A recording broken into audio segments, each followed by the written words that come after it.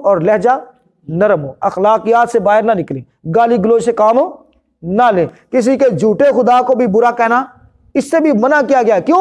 وہ رد عمل میں تمہارے سچے خدا کو برا کہے گا، وہ رد عمل میں تمہارے سچے خدا کو برا کہے گا۔ تو بھائیو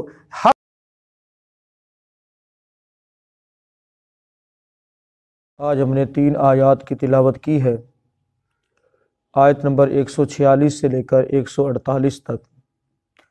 دعا ہے اللہ رب العالمین ہمیں ان آیات کا معنی مفہوم سمجھ کر ان پر عمل کی توفیق عطا فرمائے۔ گزشتہ سبق میں اہل کتاب کعبہ کے قبلہ برحق ہونے کو مانتے اور خوب جانتے تھے،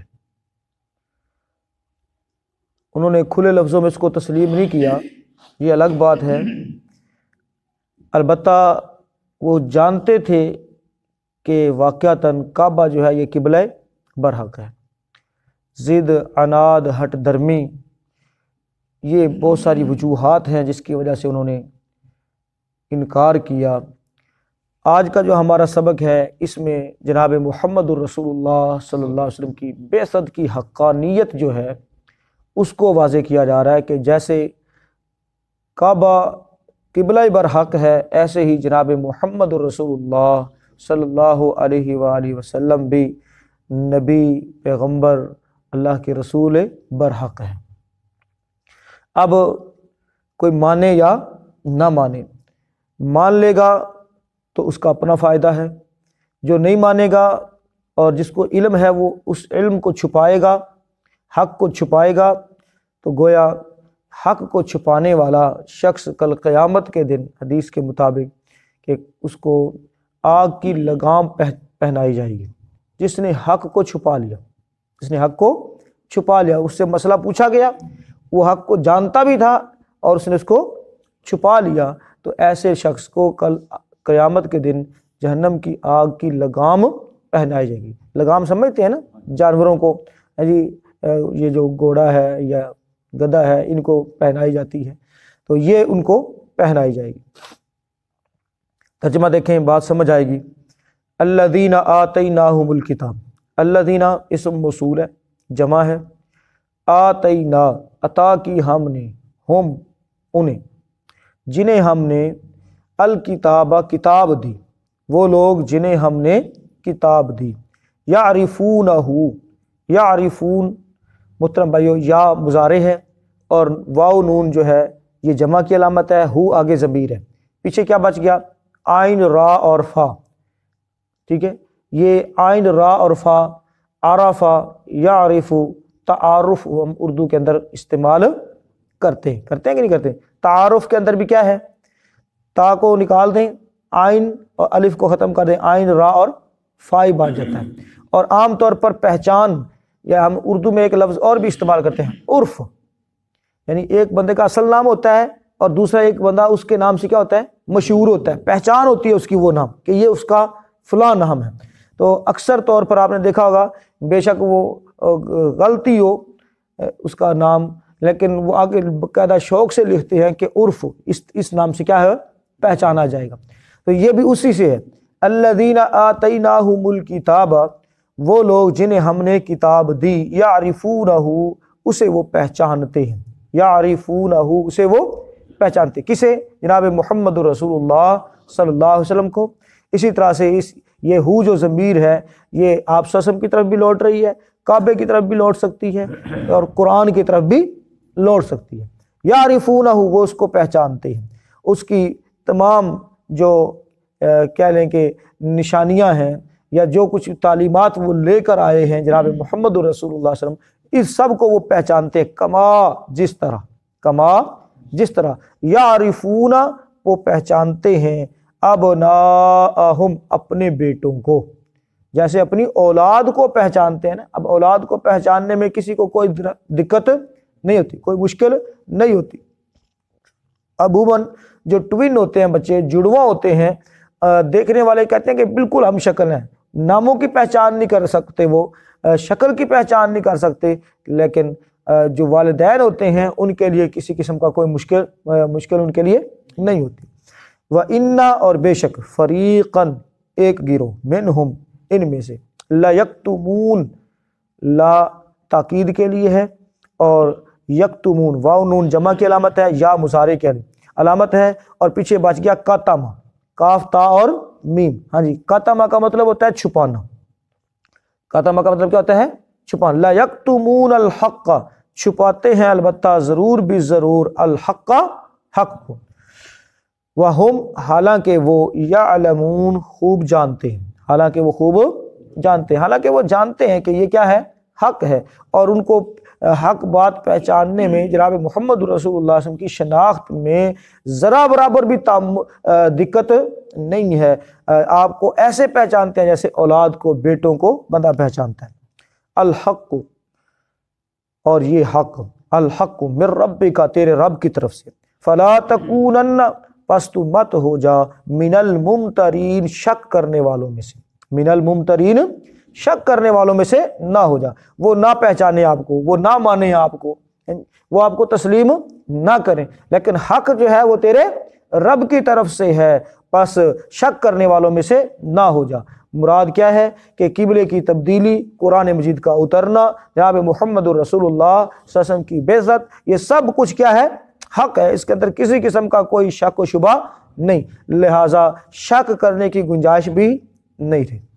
وَلِكُلٍّ، اور ایک اور انداز سے، یعنی یہ جو انداز ہے محترم بھائیوں، یہ کہہ لیں کہ سمجھانے کی خاطر ہے، جس طرح سے ایک سائیکالوجسٹ جو ہوتا ہے ماہر نفسیات، وہ بندے کو سمجھاتا ہے بھی دیکھ یہ کام تو کر رہا ہے تو یہ کام اس طرح سے سارے لوگ کرتے ہیں، یہ کام تو اس طرح سے سارے لوگ کرتے ہیں، تو ایسے ہی چونکہ اللہ رب العالمین طبیعتوں سے واقف ہے، انسانوں کی فطرت سے واقف ہے، اس لیے اللہ تعالیٰ نے اس انداز سے یہ بات سمجھائی۔ فرمایا یہ جو باتیں گاڑ رہے ہیں، یہ جو اعتراضات کر رہے ہیں کہ قبلہ چینج ہو گیا جی، قبلہ بدل گیا جی، یہ نہیں بدلنا چاہیے تھا، تو یہ اس طرح کی جو باتیں کر رہے ہیں، اپنے عمل کو تو دیکھیں، خود انہوں نے ایک ہی قبلے کے دو حصے کر دیے، ایک ہی قبلے کے دو حصے کر دیے، ایک نے یہود نے جو ہے بیت المقدس کا جو صخرہ ہے اس کو اپنا قبلہ بنا رکھا ہے، اور جو نصارہ ہیں انہوں نے مشرقی حصے کو اپنا قبلہ بنا رکھا ہے۔ اب ہر بندے کا ہی ٹرن لینے کی، ہر بندے کی متوجہ ہونے کی ایک جگہ ہوتی ہے۔ وَلِكُلٍّ، اور ہر ایک کے لیے، وجہتن، اللہ اکبر، ایک سمت ہے، وجہتن ایک سمت ہے، ہوا مولیہا، اور وہ جس کی طرف منہ پھیرنے والا ہے، جو جس کی طرف وہ پھرنے والا ہے، جس کی طرف وہ منہ پھیرنے والا، ہوا مولیہا فاستبقوا الخیرات، پس تم ایک دوسرے سے نیکیوں میں آگے بڑھو۔ اس ضد کے اندر کہ قبلہ کیوں چینج ہو گیا، قبلہ کیوں بدل گیا، یعنی اب اس بحث کے اندر پڑھنے کے بجائے فاستبقوا الخیرات، نیکیوں کے اندر آگے بڑھو۔ یہ بہترین جو ہے اللہ رب العالمین نے کہ ہم کون حق پر ہے، کون حق پر نہیں ہے، کون کیسا ہے، کون باطل ہے، کون جھوٹا ہے، کون سچا ہے، اس کے چکر کے اندر پڑھنے کی بجائے حق بات تمہیں سمجھ آ گئی ہے، فاستبقوا الخیرات، فاستبقوا الخیرات، پس نیکیوں کے اندر آگے بڑھو، فاستبقوا، سبقت لے جاؤ، سبقت کا لفظ اردو میں استعمال ہوتا ہے نا، فاستبقوا الخیرات، پس نیکیوں میں تم آگے بڑھو، اینما تکون، اینا جہاں کہیں، ما تکون ہوگے تم، یأتی بکم اللہ، لے آئے گا تمہیں اللہ، جمیعہ سب کو، تم سب کو اللہ تعالیٰ لے آئے گا۔ اینما تکون، اینا کہاں، ما جو بھی، تکون ہوگے تم، یعنی جہاں کہیں بھی تم ہوگے، یأتی بکم اللہ، لے آئے گا تم کو اللہ، جمیعہ سب کو اکٹھا کر کے، سب کو اکٹھا کر کے تمہیں اللہ لے آئے گا۔ ان اللہ، بے شک اللہ تعالیٰ، علی کل شیء قدیر، اوپر ہر چیز کے پوری طرح قادر ہے، خوب قادر ہے، اس کو علم ہے، اس کی قدرت میں ہے، اس کے کنٹرول میں ہے ہر ایک چیز، کوئی بھی اس سے بغاوت نہیں کر سکتا۔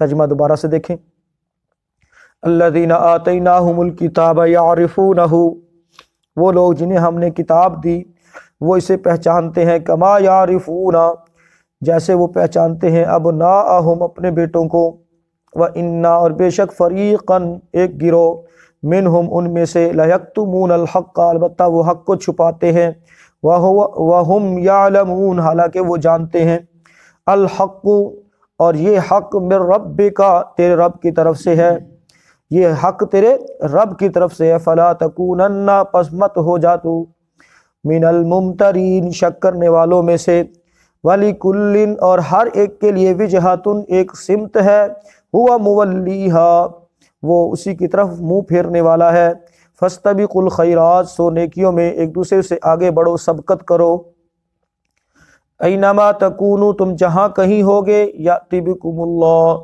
لے آئے گا تمہیں اللہ جمیعا اکٹھا کر کے، ان اللہ بے شک اللہ تعالیٰ علی کل شیء قدیر ہر چیز پر پوری طرح قادر ہے۔ محترم بھائیو، آج کا جو ہمارا سبق ہے اس میں رسول محترم صلی اللہ علیہ وسلم کے نبی آخر الزماں ہونے میں کی مکمل ڈیٹیل بیان کر دی گئی کہ یہ بات نہیں ہے کہ اس کے اندر کوئی شک ہو یا کوئی ماننے کے لیے تیار نہ ہو، اس کو کوئی جانتا نہ ہو، تو اہل کتاب کا ہر طبقہ، ان کا ہر چھوٹا ہر بڑا عالم جاہل وہ اس بات سے واقف ہے کہ جناب محمد رسول اللہ صلی اللہ علیہ وآلہ وسلم نبی برحق ہیں، رسول برحق ہیں۔ اب یہاں پر فرمایا وَإِنَّ فَرِيقًا، اب دیکھیں نا کتنے انصاف کی بات اللہ تعالیٰ نے کی ہے۔ یہ نہیں کہا کہ سارے اہل کتاب، جیسا کہ عموماً ہم سے اگر کسی ایک بندے کی دشمنی ہو یا ہم سے کوئی ایک گروہ ناراض ہو تو ہم، حالانکہ ہوتے اس میں چند بندے ہی ہیں، تو ہم سب کو ایک کیٹیگری کے اندر گنتے ہیں۔ تو اللہ تعالیٰ نے حق کی بات کی ہے کہ سارے اہل کتاب نہیں، ایک گروہ ان میں سے مراد کیا ہے کہ کچھ وہ بھی ہیں جو آپ کو جانتے ہیں، نہ صرف جانتے ہیں بلکہ آپ کے اوپر ایمان بھی لاتے ہیں، آپ کو مانتے بھی ہیں، اور بہت سارے اہل کتاب ایمان بھی لے کر آئے، جیسے عبداللہ بن سلام رضی اللہ تعالیٰ عنہ، یعنی بہت بڑے عالم تھے ان کے، اسی طرح سے تمیم داری، صہیب رضی اللہ تعالیٰ عنہ اور دیگر کئی ایک وہ آپ پر ایمان لائے۔ تو بھائیو یہ حق اللہ تعالیٰ نے حق بات کی ہے، انصاف کی بات کی ہے کہ سب ایسے نہیں ہیں، کچھ وہ ہے جو اس میں سے حق کو کیا کرتے ہیں، چھپاتے ہیں۔ تو بھائیو یاد رکھیں، جس طرح سے ایک جاننے والا یعنی نہ جاننے والا اس کے اوپر اتنی ذمہ داریاں نہیں ہیں، جو جاننے والا ہے اس کے اوپر زیادہ ذمہ داری ہیں، اور اس کے اوپر ایک ذمہ داری تو یہ ہے کہ وہ اس بات کو سمجھے، اس بات کے اوپر عمل کرے، اور دوسری اس کے اوپر ذمہ داری یہ ہے کہ وہ اس کو لوگوں تک بھی پہنچائے، اور تیسری ذمہ داری اس کے اوپر یہ ہے کہ اگر کسی موقع پر لوگوں کو کوئی غلط فہمی ہو رہی ہو، سمجھ نہ آ رہی ہو، تو حق بات کو چھپانے کی بجائے اس کو کیا کرے، ظاہر کرے، حق بات کو لوگوں کے سامنے واضح کرے۔ اب یہ میرے لیے بھی اور آپ کے لیے بھی ضروری ہے کہ فی زمانہ بہت ساری چیزیں محترم بھائیو قرآن اور حدیث میں جو وارد ہوئی ہیں، آج مرور زمانہ کے ساتھ، زمانے کے گزرنے کے ساتھ ساتھ آج ان کے اوپر دھول بیٹھ گئی ہے۔ اللہ کے رسول صلی اللہ علیہ وسلم کی کتنی ہی ایسی عادات مبارکہ ہے جن کو ہم چھوڑ چکے ہیں اور ان کو ہم اہمیت نہیں دیتے، چھوٹی چھوٹی سنتے ہیں، چھوٹے چھوٹے اعمال ہیں محترم بھائیو، ہم ان کو چھوڑ چکے ہیں۔ تو ہمیں چاہیے کہ ہم ان چیزوں کو لوگوں کے سامنے واضح کریں، چھپائیں نہیں۔ یہ نہ دیکھیں کہ لوگوں کے اندر ٹرینڈ ہی کوئی نہیں، لوگ تو اب اس چیز کے پیچھے چل رہے ہیں، نہیں محترم بھائیو، ہمیں دیکھنا ہے کہ اللہ کے رسول صلی اللہ علیہ وسلم نے وہ عمل کیا ہے یا نہیں کیا ہے، تو ہمیں شرح صدر کے ساتھ اس عمل کو کر لینا چاہیے، اس کو اختیار کر لینا چاہیے، اگرچہ کوئی بھی اس کو ماننے کے لیے تیار نہ ہو۔ ہمیں چونکہ مل گیا ہے لہٰذا اس کے اوپر عمل کرنا ہمارے لیے ضروری ہے، اور اگر کوئی شخص یہ بات کرے گا تو گویا اس کے نالج میں ہے، علم میں ہے، تو اگر وہ اس طرح کی چھپانے کی کوشش کرے گا تو گویا کتمان حق کا مجرم ہوگا، وہ حق بات کو چھپانے کا کیا ہوگا، مجرم ہوگا۔ اور آپ سمجھتے ہیں کہ مجرم چھوٹا ہو یا بڑا ہو، مجرم ہی ہوتا ہے، ہاں جی، وہ اللہ رب العالمین کا مجرم ہو، دین کو چھپانے کا مجرم ہو، تو وہ اللہ رب العالمین اس کے لیے جو اللہ تعالیٰ نے اس کے لیے سزائیں تجویز کر رکھی ہیں، تیار کر رکھی ہیں، تو بھائیو ہم میں تو اتنی سخت نہیں ہے، کیا ضرورت ہے اس بات کی کہ ہم حق بات کو چھپانے والے بنیں۔ آگے ہے الحق، یہاں پر یہ الف لام جو ہے یہ عہد کا ہے، اس لیے اس کا یہ ترجمہ ہم نے کیا ہے کہ یہ حق، تو حق جسے یہود و نصارہ چھپا رہے ہیں آپ کے رب کی طرف سے ہے، اس لیے آپ اس میں کسی قسم کے شک و شبہ کا شکار نہ ہوں، بلکہ شرح صدر کے ساتھ، یعنی عین الیقین کے ساتھ، حق الیقین کے ساتھ، علم الیقین کے ساتھ۔ یقین کے میں نے آپ کے سامنے ذکر کیا نا 3 درجات ہیں، کتنے درجات ہیں؟ 3 درجات ہیں۔ تو کسی بھی چیز کو حق تسلیم کرنا، اس کے لیے ان تینوں میں سے کوئی ایک درجہ ہونا ضروری ہوتا ہے یقین کا۔ تو پہلے نمبر پر ہے یقین کا درجہ، وہ ہے علم الیقین، کون سا؟ علم الیقین۔ دوسرے نمبر پر ہے محترم بھائیوں جو یقین کا درجہ ہے وہ ہے عین الیقین، عین الیقین، اور تیسرے نمبر پر ہے حق الیقین۔ اب اس کو تھوڑا سا ہم ڈیٹیل میں جا کر دیکھیں گے کہ علم الیقین کیا ہے۔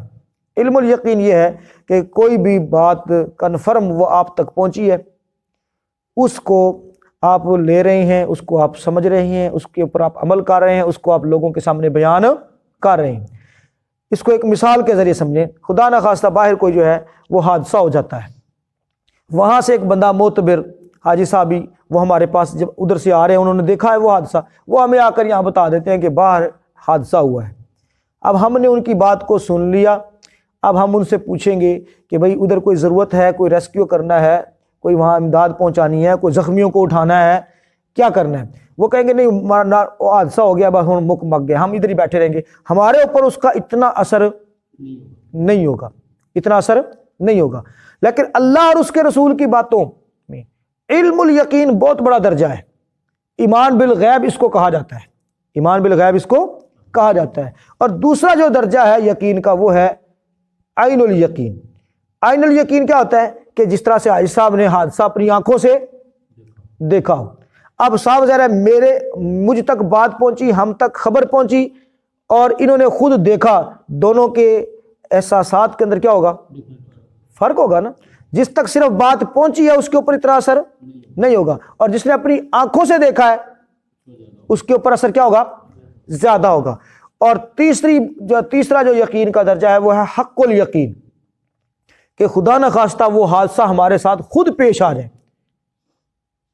ہمارے ساتھ خود پیش آ جائے، اسے کیا کہتے ہیں؟ حق الیقین۔ یعنی اب ہمیں پتہ چل گیا کہ یہ حادثہ کیوں پیش آیا، میں رانگ جا رہا تھا، میں اوور سپیڈ جا رہا تھا، میں کٹنگ کر رہا تھا، میں نے اشارہ نہیں لگایا۔ اب یہ پھر بات کو سمجھنے کا بندے کو کیا ملتا ہے؟ موقع ملتا ہے کہ اس کے ساتھ خدا نخواستہ کوئی ٹریجڈی ہو، تو کل قیامت کے دن یہ باتیں ہمیں سمجھ آ جائیں گی کہ اچھا ہاں واقعی اب ہمیں خبر ملی ہے واقعتاً قرآن کی باتیں سچی تھی، دین کی باتیں سچی تھی، نبی کی باتیں سچی تھی۔ تو اس وقت جا کر کیا ہوگا؟ بندے کو حق الیقین ہوگا، اور اللہ کی باتوں پر یقین اس کو آئے گا کہ جناب واقعتاً اگر میں فرما برداری والی زندگی بسر کرتا تو میرے لیے یہ مقام ہونا تھا، اور نافرمانی کی زندگی بسر کر کے آئے تو آج میرے لیے یہ ہے۔ پھر اس وقت جب اس کو حق الیقین ہوگا نا، پھر وہ اس وقت کہے گا لولا اخرتنی، ہائے کاش مجھے ایک چانس مل جائے، ہائے کاش مجھے ایک چانس مل جائے۔ اس وقت وہ کہے گا، اس وقت وہ اس کو مانے گا۔ آج ہم اگر مانتے بھی ہیں تو محترم بھائیو یہ کنڈی تو اتے ہی ہے، اگر آج ہم مانتے بھی ہیں تو کیا ہے؟ بالکل اوپر سے ہی ہے، اس کا یقین دل کے اندر بیٹھا ہوا نہیں ہے، حالانکہ اس کا یقین دل کے اندر بٹھانا کیا ہے؟ ضروری ہے۔ تو اس لیے اللہ تعالیٰ نے فرمایا الحق من ربک، یہ حق تیرے رب کی طرف سے ہے۔ اس میں علم الیقین بھی آ گیا، عین الیقین بھی آ گیا، حق الیقین بھی آ گیا، یہ حق ہے بھائی، یہ کیا ہے؟ حق ہے۔ الحق من ربک فلا تکونن من الممترین، کسی قسم کا شک کرنے والوں میں سے نہ۔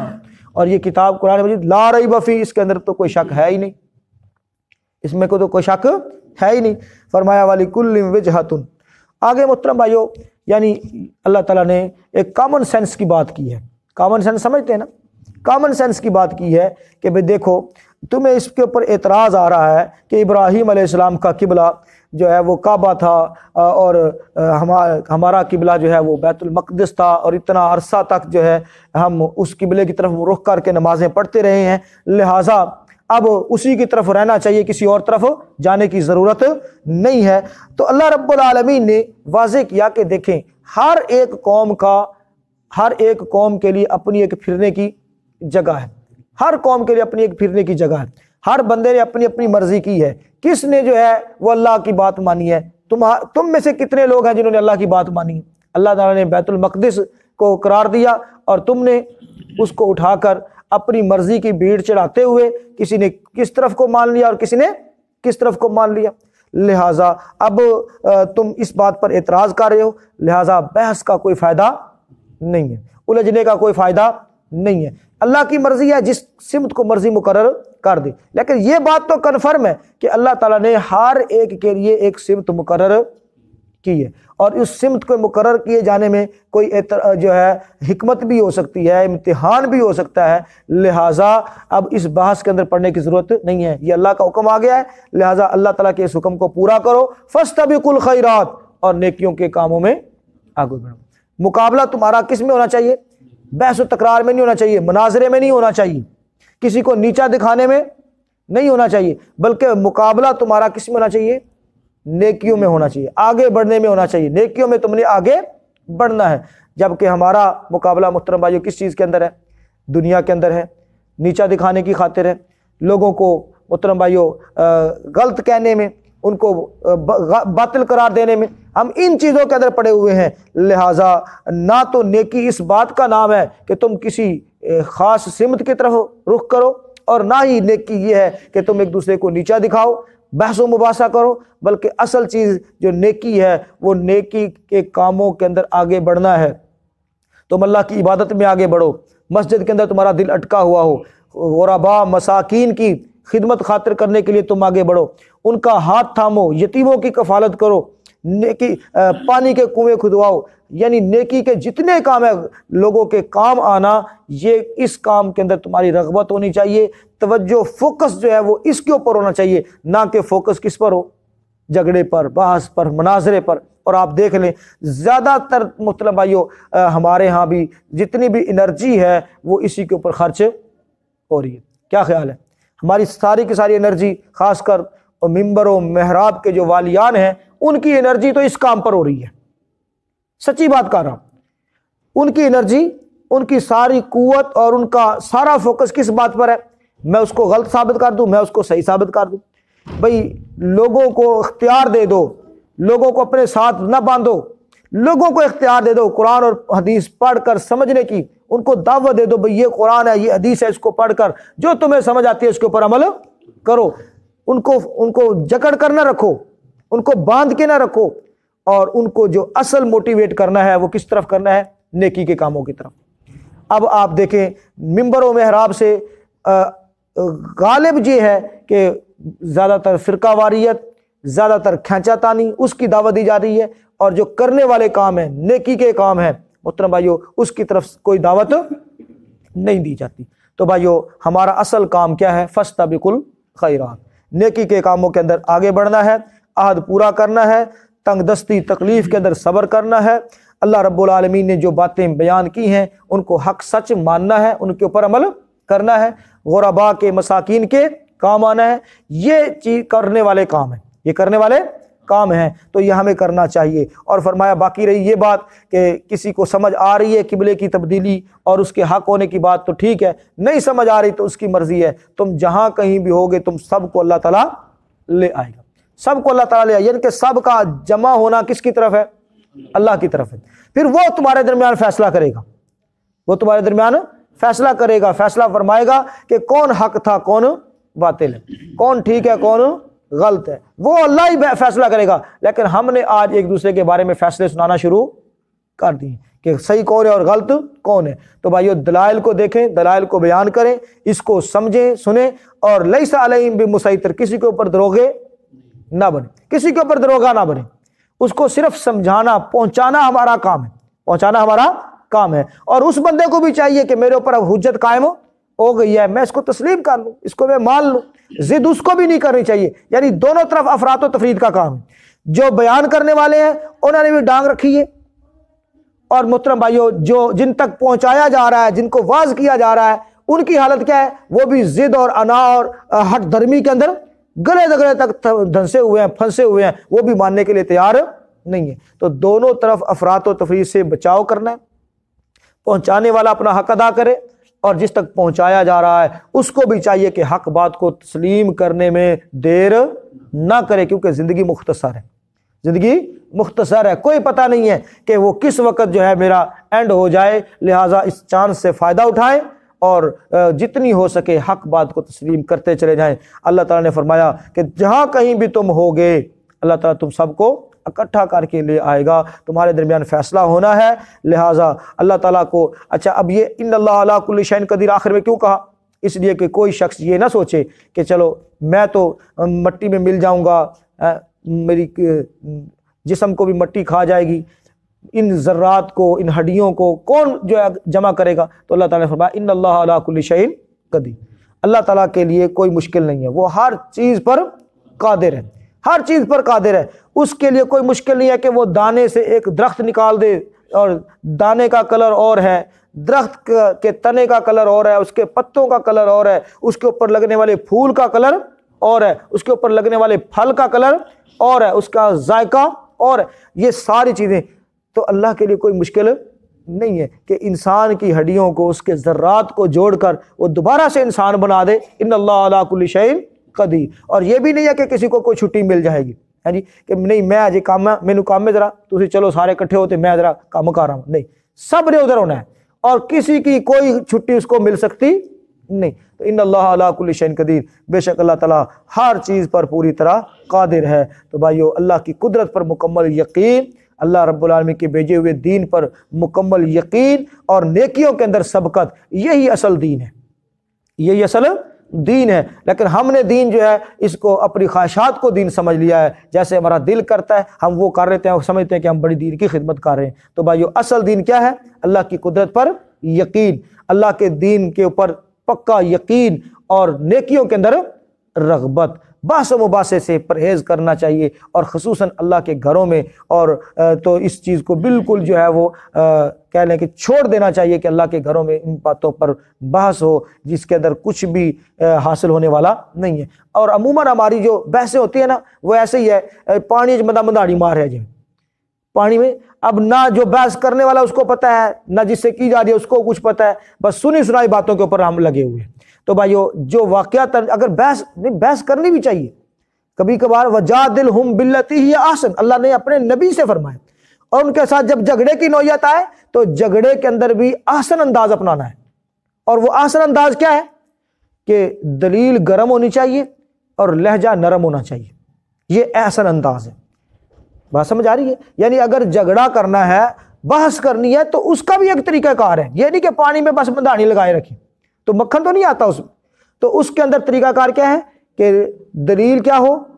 گرم ہو اور لہجہ نرم ہو، اخلاقیات سے باہر نہ نکلیں، گالی گلوچ سے کام ہو نہ لیں، کسی کے جھوٹے خدا کو بھی برا کہنا اس سے بھی منع کیا گیا۔ کیوں؟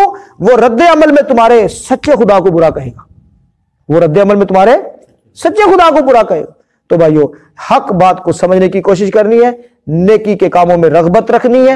آپ یہ نہ دیکھیں کہ وہ کتنا بڑا مفتی ہے اور کتنا بڑا جو ہے وہ بحث کرنے والا ہے، مناظرہ کرنے والا ہے، یہ دیکھیں کہ وہ نیکی کے کاموں میں کتنی دوڑ دھوپ کرنے والا ہے۔ ہمیں تو یہ دیکھنا چاہیے کہ وہ نیکی کے کاموں میں کتنی دوڑ دھوپ کرنے والا ہے۔ تو بھائیو، جو نیکی کے کاموں میں دوڑ دھوپ کرنے والا ہے، اگرچہ وہ مناظرے نہیں کرتا، وہ اپنا علم نہیں جھاڑتا، یہ بیسٹ ہے، یہ اچھا ہے۔ کیوں کہ اس کا ٹارگٹ کیا ہے، اس کا فوکس کیا ہے؟ نیکی کے کام ہے۔ اللہ تعالیٰ سے دعا کرتے ہیں اللہ رب العالمین بات کو سمجھنے کی اور عمل کی توفیق عطا فرمائے۔